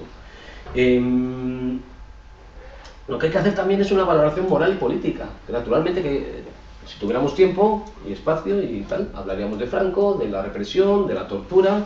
Y naturalmente que hay que decirlo y hay que introducirlo en el cóctel como explicación. Pero, bueno, como ha dicho Martín, ponemos el foco en lo que ponemos. Si un día organizamos una charla sobre los GAL, ponemos a Felipe González, vamos, de vuelta y media, ¿no? Pero hoy no estamos hablando de eso. Y los GAL merecen una valoración moral y política, y ETA merece una valoración moral y política. Yo creo que eso. Otegi, a ver, yo creo que en España se dan las condiciones con todos los defectos del mundo, ¿no? Estamos viendo ahora que se nos rompe todo por las costuras y que es una democracia con muchos defectos y todo va fatal, ¿no? Pero aún así creo que se cumplen los mínimos democráticos, ¿no? Hay unas leyes aprobadas por el Parlamento que en algún caso han sido hasta muy laxas, ¿no? En el sentido, lo que decía ayer Gaisca, todos los miembros de ETA político-militar se nos olvida lo que hicieron, vuelven a España, unos en un maletero, como decía, y otros por la frontera tal, borrón y cuenta nueva, ¿no? Bueno, eso pasó cuando pasó, ahora no sería posible, pero eso pasó. Actualmente yo creo que hay unas leyes que persiguen efectivamente a los que emplean la violencia y a los que de alguna manera han facilitado ese empleo de la violencia. Yo creo que Otegi forma parte de la dirección. Es que yo no sé hasta qué punto la dirección militar está contaminada por la dirección política y si se reunían cada 15 días o cada media hora. No tengo ni idea, pero yo creo que Arnaldo Otegi forma parte de quienes dirigen ese entramado. Y creo que si está en la cárcel hay razones para que esté. Pues si tienes idea no puedes defender eso. Yo te digo, es que yo no sé si Rodrigo Rato es culpable o no. Creo que en el país en el que estamos, si lo han metido, si está investigado y si está a punto de entrar al tuyo, es porque algo se está investigando. Y es posible que sea justo que esté en la cárcel. No puedo dar más detalles porque no tengo ni idea de lo que ha hecho Rato. Y lo mismo me pasa con Otegi. Pero creo que es bastante posible que haya razones para que haya cometido delitos que le hagan estar en la cárcel. En fin, y puede haber errores y puede que no, pero creo que en España se dan las condiciones para procesos justos. Pues no hay que robar la mordaza, ¿no? No digo nada más, pero que tampoco es esa cosa. He empezado diciendo con todos los defectos, con todos los y con todos los errores judiciales que los habrá. Y con un ministro del Interior que, bueno, que yo creo que reúne todas las características negativas, en mi opinión, modesta, pero que no me parece bien casi nada lo que hace. Pero... ¿Me permites hacer muchas cosas? No, pero es para... No, tranquilo. Sí. Hace poco ha aparecido un libro en el que se denuncia la existencia de más de 300 asesinatos de ETA no esclarecidos. Esa es una realidad, ¿no? Detrás de cada asesinato no hay una persona, el autor del disparo o el que ha colocado la bomba, sino que hay un comando y en definitiva hay unas responsabilidades claras. Por tanto, estamos hablando de más de 300 asesinatos en los que ha habido varias personas que no han sido juzgadas en asuntos o atentados en los que no se ha esclarecido su autoría y por tanto no ha habido una sentencia, un juicio y una sentencia con respecto y unas penas de cárcel para esas seguramente pues 1.000 o 1.500 personas que han intervenido directamente en el atentado mediante tiro de bomba. A su vez hay una trama política que ha definido los objetivos, que ha ayudado a la organización de los atentados, etc. Es decir, es una trama logística poderosa, muy bien experimentada. No estamos hablando de la primera ETA, sino de la ETA de la democracia, que tenía unas capacidades logísticas mucho más definidas, muy bien articuladas, ¿vale? Por tanto, estamos hablando de muchísimos cientos de personas más. Toda esa gente, en lo fundamental, no ha tenido no ha sufrido ninguna pena de cárcel. Arnaldo Otegi, que sí estuvo en la cárcel por el secuestro de un empresario, seguramente ha tenido muchísimas más responsabilidades en la definición de la estrategia y de los objetivos de ETA. Esto en general. Yo no sé, no soy experto, no soy un jurista y por tanto no sé de qué modo el juicio que ha tenido y la pena de cárcel que está cumpliendo proviene de un buen proceso judicial. No lo sé. Eso tengo que reconocerlo con humildad, que no tengo capacidad para definirlo. Pero desde luego que ha tenido profundas responsabilidades, muy directas, eso es real. Bien, pero bueno, en definitiva es el caso de Otegi, aunque no puedo definirme sobre la justicia o no de ese proceso en particular y de esa pena de cárcel. ¿De acuerdo? Y un matiz con respecto a lo que ha dicho Javier. El Partido Nacionalista Vasco sí tiene mucha responsabilidad en el surgimiento de ETA y en la pervivencia de ETA. El ETA surge en el contexto, en un marco de ideas. Es decir, no vamos a retratarnos al nacionalismo de Sabino Arana y su ideología profundamente reaccionaria, integrista, xenófoba, etcétera, etcétera, etcétera, lo peor de lo peor, desde nuestra perspectiva, sino hablamos del marco de ideas en los años 50. Marco de ideas en la dictadura, en un proceso en el marco de un Partido Nacionalista Vasco que es algo muy complejo políticamente, que ya en la Segunda República tiene corrientes, una ultra radical y otra muy adaptada a las nuevas ideas. ANV, por ejemplo, es una extensión del Partido Nacionalista Vasco que tiene elementos que podríamos considerar interesantes desde la perspectiva de las ideas de izquierda. ¿En qué sentido? En que se va alejando del nacionalismo, es autonomista y tiene una sensibilidad social profunda. Importante esa escisión dentro del Partido Nacionalista Vasco.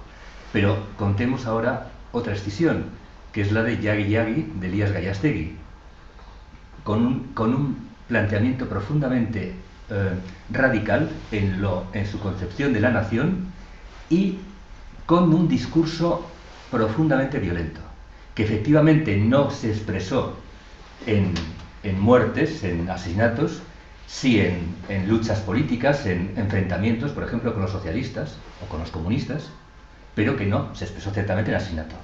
Pero de ahí surge, de ese magma ideológico, surge la primera ETA. Un grupo de jóvenes profundamente radicalizado, relacionado con EGI, y que en un contexto de inacción del Partido Nacionalista Vasco, el Partido Nacionalista Vasco no hizo prácticamente nada frente a la dictadura. Ahí surge, pero en un magma de ideas profundamente ultranacionalista, no izquierdista, ultranacionalista, y con discurso violento, en el discurso. Esto está muy bien analizado por Gaisca y por otros autores mayores, por otros historiadores mayores en edad que Gaisca. Bien, pero posteriormente el PNV, por cobardía, por incapacidad teórica, por interés, nunca ha hecho una crítica radical a ETA, históricamente. Y sabemos muchas de las confluencias y de la aceptación como el hijo descarriado. Bueno, eso es que estamos hartos de esa relación compleja y de esa incapacidad para la deslegitimación ética, social, política del terrorismo. Entonces, en ese contexto es donde sí el Partido Nacionalista Vasco ha utilizado consciente o inconscientemente, muchas veces inconscientemente, ha puesto sobre la mesa y ha obtenido muchos beneficios. ¿Por qué? Porque tiene profundos intereses. Es decir, ha habido una relación de vasos comunicantes en el seno del nacionalismo. El nacionalismo moderado ha estado en contra, pero una cosa es algunos dirigentes, ejemplo, Yosuyon Imaz, que era muy lúcido y muy claro al respecto, y de muchos otros que no, como ejemplo, por ejemplo, Bueno. Bueno, en primer lugar, daros las gracias, porque la verdad es que tanto ayer como hoy a mí me ha parecido bueno, unas jornadas, y también agradecer la vorágine que permita este tipo de... porque son cosas que no se oyen habitualmente y además con mucho, me parecen muy válidas desde el punto de vista intelectual, una reflexión yendo a las fuentes, con sustancia, y muy valiente porque rompe, digamos, unos esquemas establecidos, yo creo, en el ámbito de la izquierda, que da miedo romperlos, porque, bueno, todo lo que sea romper con el establishment, yo que me muevo, por ejemplo, dentro del ámbito católico, el tema de los dogmas es clarísimo, y hay pavor por todo lo que sea el cambio, la transformación necesaria, porque la vuelta a las fuentes siempre es necesario, y hay un miedo tremendo a reflexionar y a volver a las raíces y a la autenticidad. Y yo creo que todos esos matices que antes se han comentado, sí, a veces son necesarios, pero yo creo que tienden a confundir. Es decir, no, bueno, la violencia estructural, pues es que yo creo que siempre esos matices, también seguro nos ponemos a analizar el franquismo y hay cosas muy positivas dentro del franquismo. Y nos ponemos a analizar el régimen cubano y hay presos políticos y tal, pero también hay cosas muy negativas y cosas muy positivas. Pero yo creo que eso siempre, esos matices son peligrosísimos porque tienden a la legitimación de ciertas cuestiones que siempre hay que ir a la esencia de las cosas, por qué se están haciendo. Y a mí lo que más me ha interesado de la reflexión que se ha hecho tanto ayer como hoy es un poco el ver qué pasa con la izquierda española. O sea, porque parece que es un problema, que hay un síntoma claro en el País Vasco, pero que va más allá. O sea, ¿qué ocurrió? Por lo que dijo ayer Antonio, de una especie de simplificación ahí en el tardofranquismo, de una pérdida de... Yo no creo que la izquierda actual sea heredera de la izquierda republicana, que había una calidad intelectual, una reflexión, una profundidad que ahora no existe. Yo no sé qué intelectuales de izquierda hay que alcen la voz, que den peso, que den sustancia, y no sé, a ver si me gustaría que vuestra opinión sobre cómo es posible que en España, o sea, el papel que están jugando otros nacionalismos reaccionarios fascistas en Europa, Austria, Hungría, Ucrania, Croacia, Flandes, lo esté asumiendo la izquierda en España. O sea, ¿qué ha pasado en este país? Sí, yo creo que la herencia del franquismo sigue siendo tan fuerte, o sea, es que no podemos desligar la reflexión crítica de lo que quiere o que busca la izquierda al futuro de ese peso del pasado. Es algo increíble, o sea, lo que estamos viendo ahora mismo pues en Cataluña, que es legítimo, quizás desde otros puntos de vista, pero no sosteniéndolo como pueblo oprimido, reprimido. No, o sea, puede ser legítima la aspiración, pero no con las bases. ¿Qué ha pasado en la izquierda española 40 años después del franquismo, de Morro y Marisol? Sí, bueno, antes de nada, hoy quiero pedirles disculpas porque estaba prevista la intervención de Jesús Puente. A una persona muy cercana ha muerto ayer, entonces no ha podido estar, y perdonen que no se lo hayamos dicho antes porque él tenía un poco la tercera parte esta, que hubiera contestado alguna de estas preguntas también, y entonces, bueno, pues él no ha podido estar, ¿no? Bueno, yo creo que hay varios elementos, ¿no? Bueno, de entrada, a lo mejor disolver algunas... a veces las comparaciones ayudan, ¿no? Vamos a ver, yo antes he hablado de los casos de las Brigadas Rojas y de la fracción del Ejército Rojo.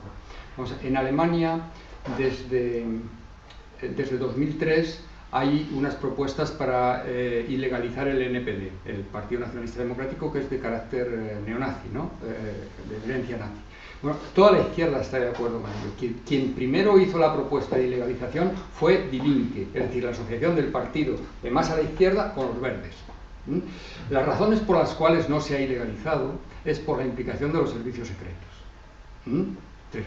Conviene a veces ver también esa perspectiva. Quiero decir, la izquierda en Alemania no ha tenido ninguna duda con relación a esto. Yo no sé si, por ejemplo, si en España, digamos, en la medida en que hablamos un poco de presupuestos para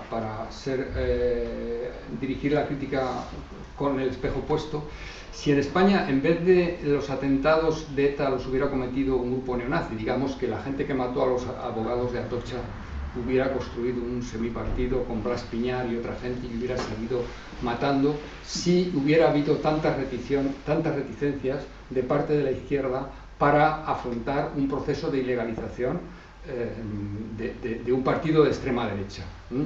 Claro, en la medida en que la transición se hizo con una especie de, en fin, de juego de amnistías y que algunos de los torturadores de entonces, el caso de Melitón está de los dos lados, y algunos, yo estudié en Madrid y conocí y sufrí pues algunas de las cosas que pasaban allí en los últimos años del franquismo. Claro, alguien que ha sufrido la represión durante el franquismo, alguien que ha sufrido, es decir, la experiencia biográfica yo creo que marca mucho emocionalmente, y el campo de recorrido que deja es más estrecho y se entiende. O sea, de la misma manera que, quiero decir, alguien quien es víctima y le han matado a alguien muy cercano, yo creo que no se le puede exigir el que tenga una, es decir, el que se deshaga de esto, salvo después de un proceso largo que también le viene bien a él, ¿no? Pero creo que la herencia, para volver a la pregunta, imposible de contestar entera, ¿no? Pero sí que hay una deuda del franquismo en el sentido, yo creo que hay dos revisiones pendientes, ¿no? Por un lado, claro, hay una cuestión muy gorda que le compete, yo creo que nos compete como país, pero que le compete principalmente a la parte de a la derecha que no se hace cargo de la memoria de las víctimas del franquismo. Es decir, el hecho de las víctimas en las cunetas, de las fosas comunes, del Valle de los Caídos, de las ceremonias tal, de las biografías de la Real Academia Española, es decir, todas esas cosas son apestosas, y quiero decir, cuando después alguien dice, no, es que tenemos que hacer no sé qué a las víctimas, digo, bueno, si tenemos que hacer no sé qué a las víctimas, estas víctimas. Yo digo que hay tres grupos de víctimas que han tenido un tratamiento muy distinto en España, ¿no? Las víctimas del franquismo, las víctimas del 11M y las víctimas del terrorismo, con independencia de lo que se habló ayer de las asociaciones del terrorismo. Pero bueno, para volver al asunto, esas cuestiones que tenemos pendientes del pasado, yo creo que ese es un elemento fundamental. Amnistía no ha dejado de condenarlo, es decir, todos los desaparecidos del franquismo, eso no puede prescribir, o sea, es un delito contra la humanidad. El hecho de que este gobierno haya eliminado la jurisdicción penal universal, o sea, ¿cómo alguien puede decir que va a hacer justicia a las víctimas después de haberse cargado la jurisdicción penal universal? Pero, o sea, quiero decir, eso es del orden, en fin, absolutamente. Y ahora volviendo al objeto de la pregunta, yo creo que en la izquierda hay una parte de la falta de reacción de la izquierda tiene que ver con estas coaliciones que se formaron en las vísperas del nacionalismo, y son gente, perdón, en las vísperas antes de la transición, que luego han constituido un poco las cúpulas de los partidos y han ilustrado una especie de lealtad con los movimientos nacionalistas periféricos por dos razones. Una, por la propia experiencia, y otra, porque la izquierda no tiene una concepción del Estado, es decir, una especie de nacionalismo constitucional de lo que es España como país elaborado desde la izquierda. Eso me parece que es una falla, en el sentido de que, es decir, para una parte de la izquierda no se identifica con ninguna bandera, lo cual... Que sí existían las repúblicas. Efectivamente. Entonces, este sentimiento, por ejemplo en Francia, es decir, ante un atentado terrorista, la posición en Francia no hay transversalidad. La república es la república. Eso es imposible de construir. Que, por cierto, una de las consecuencias que eso ha tenido también en el sistema político es que, como tenemos un sistema bipartidista imperfecto, pues les ha dado un poder muy grande, desproporcionadamente grande, tanto al PNV como a Convergencia, que ha avalado cruzadamente gobiernos de Aznar, gobiernos de Felipe González, y que ha permitido, pues, digamos, una especie de transacción en cosas que no deberían ser transaccionales. Entonces hay una parte de herencia, y luego, claro, hay otra parte, como que tenía que decía antes Paco, la propia descomposición de la izquierda después de la caída del muro. Es decir, yo creo que con independencia de esto, a lo mejor tampoco estaría la izquierda mucho mejor, pero eso aquí en este país pues ha influido, bueno, ese pasado en el que era muy difícil, pues eso, denunciar a los que ayer estabas con ellos oponiéndote al franquismo. Pues que, por cierto, Pujol se apoyó en eso, es decir, se ha construido la imagen, Benet construyó la idea de un Pujol antifranquista a partir de los hechos del Palau, que es también una fabulación, pero bueno, eso es tema de otra historia. Perdón. Sí, no, bueno, yo creo que lo que dice Martín, pues, es muy certero. Y yo añadiría una cosa, yo creo que la izquierda española, yo creo que nunca ha sido intelectualmente muy poderosa, me da la impresión, y luego el franquismo son 40 años de páramo absoluto, entonces yo creo que eso se nota también. Quiere decir que ideológicamente hay algún político español de izquierdas que escriba algo, cuesta encontrarlo, ¿no? Carrillo, pero bueno, En fin. ¿Tiene que ver eso, tendrá que ver eso con que la mayoría de los cerebros tuvieron que marchar? Pues tiene que ver con eso, claro, tiene que ver con que hay 40 años en los que no hay ningún tipo de libertad, en los que no se puede escribir, no se puede hablar, no se puede hacer nada. No, es que, claro. es que no se podía hablar ni en las casas. Efectivamente. Entonces yo creo que hay una debilidad ideológica que luego lleva a irnos con el primero, con el que vemos que tiene un poco de poseso con los nacionalistas. Se metieron en la cabeza que había Claro. que callar, que había que estar, Claro. y no se podía protestar. Entonces cuesta mucho echar Sí. a la gente a la calle. Claro, entonces bueno, siempre hay excepciones honrosas, ¿no? Pero, Sí, pero- claro, uno pero ve menos. la historia del Partido Comunista italiano, ¿no? Gramsci, Togliatti, Berlinguer. Claro, ves la historia del Partido Comunista español, qué personajes pueden tener la más mínima. Claverí, Sí. Y les echaron, claro, Semprún, efectivamente. Los echaron. Así todo, la izquierda española ya antes de la guerra civil también andaba tortas. Ah, bueno, sí, eso también es Entonces habitual, tampoco es de sí. ahora, no Sí, sé, sí, es sí, que sí. debemos de ser muy Sí. rebecos. Claro, y entonces estamos, por acabar, estamos hablando del pasado, pero yo introducía al final lo de la actualidad, y claro, me viene también hablando de esto, pues, Ada Colau, ¿no? No, yo no soy nacionalista. ¿Y qué hiciste en el referéndum? Voté que sí. No, no eres nacionalista, pero votas a favor de la independencia. Entonces, ¿qué pasa? ¿No? Bueno, por poner un ejemplo de que me parece que seguimos en la misma.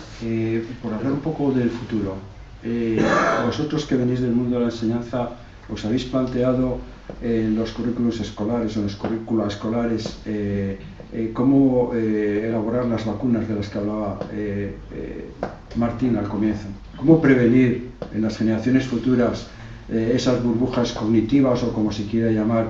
¿Cómo esos los fantasmas o los monstruos de la razón que pintaba Goya? Si no, supongo el currículum actual no lo debe contemplar, Educación por la Ciudadanía desapareció, pero me pregunto si dentro de las asociaciones profesionales de profesores de historia, de filosofía, etcétera, os planteáis esos enfoques, porque desde luego nada de lo que se ha descrito del pasado estamos libres de ello. Puede volver a ocurrir, nos puede volver a ocurrir, a cualquiera nos puede volver a ocurrir en cualquier sociedad y en cualquier cultura. ¿Cómo se puede abordar esto desde el mundo educativo? Bueno, pues la pregunta del millón, Fernando. Es decir, la educación es una parte de la socialización, hoy menos parte que otra, porque la escuela tiene muchos rivales y muchos rivales muy poderosos que pesan mucho más que ella, ¿no? Es decir, hoy la influencia de la televisión, los medios, las tecnologías, desde el punto de vista de la configuración de lo que es el mobiliario mental de los estudiantes es mucho más que eso. Y bueno, en la educación hay bueno, pues también muchas goteras, por así decirlo. También quiero decir, los métodos para abordar estos temas ¿cómo diríamos? De madurez ética, ¿no? De madurez ética. Pues yo creo que la receta es una mezcla de la escuela con lo que está fuera de la escuela, porque la escuela tiene su vocación de hacer esto, tiene también sus propias patologías, no solo las corporativas. Yo creo que las declaraciones de principios están claras, pero no hay una relación directa de un programa escolar con, perdón, entre comillas, digamos, un producto homologado de un ciudadano competente, ¿no? Entonces, bueno, pues esta es la tensión, pero es la tensión que tenemos también como ciudadanos, ¿no? Es decir, tenemos los principios, que es la asíntota, y luego vamos a ver cómo en el toma y daca vamos ajustando nuestro comportamiento a eso. Por eso estos espacios son tan fundamentales, y por eso, quiero decir, estas ideas se construyen juntas. El hecho de que los estudiantes tengan ocasión de intervenir en las clases, fuera de las clases, haciendo sus actividades para el toma y daca y poner en cuestión las cosas y pasarlas por el filtro, y eso es lo que crea, no solo el texto escolar. Además ya sabemos que a veces los textos pueden utilizarse, y precisamente a veces estas materias son ellas mismas un vehículo enorme, ¿no? Yo estoy recordando ahora mismo hace 15 años, recordáis el programa el proyecto, que menos mal que no salió, de Esperanza Aguirre, el Decreto de Humanidades, que era una cosa, lo que ha quedado luego es lo que hizo después la Academia, un año después, cuando publicó aquel libro del Ser de España, que le dieron un premio, que es una cosa completamente anacrónica, es decir, es como si alguien de repente escribiera algo del siglo XIX diciendo que el espíritu nacional y esas cosas, pero esas cosas se están escribiendo hoy en Cataluña por ilustres académicos también, ¿no? Y con una escuela muy desarrollada, es decir, con todos los parabienes de la tecnología, con una sociedad del bienestar, con unos movimientos de opulencia. Esto también se ha estudiado dentro de los movimientos sociales, es decir, hay unos marcos de injusticia que sirven para explicar, digamos, las conquistas deficitarias de los que tienen menos, pero también los que tienen más han elaborado sus propias legitimaciones y se llama movilización desde la opulencia. Quiero decir que eso está estudiado, ¿no? Y podemos utilizar la historia, la historia y en general las construcciones culturales, podemos amasarlas para que al final nos haga el resultado que habíamos previsto, y ahí la cuestión no es la cultura sino la educación, y entiendo por educación el concepto griego de educación, es decir, la paideia, es decir, una formación moral como ciudadano. Y yo quiero decir, esto es lo que llevo. Fijaos, lo ha comentado antes Javier a propósito del nazismo, anda que no había cultura en Alemania, anda que no había cultura en Alemania, de la música y tal. Pues los físicos alemanes, Stirner, premio Nobel, se inventó una física aria, porque les estorbaba Einstein. Yo creo que atrás han pedido, sí. luego vas tú. Bueno, yo tenía una pregunta que en parte ha contestado la primera persona.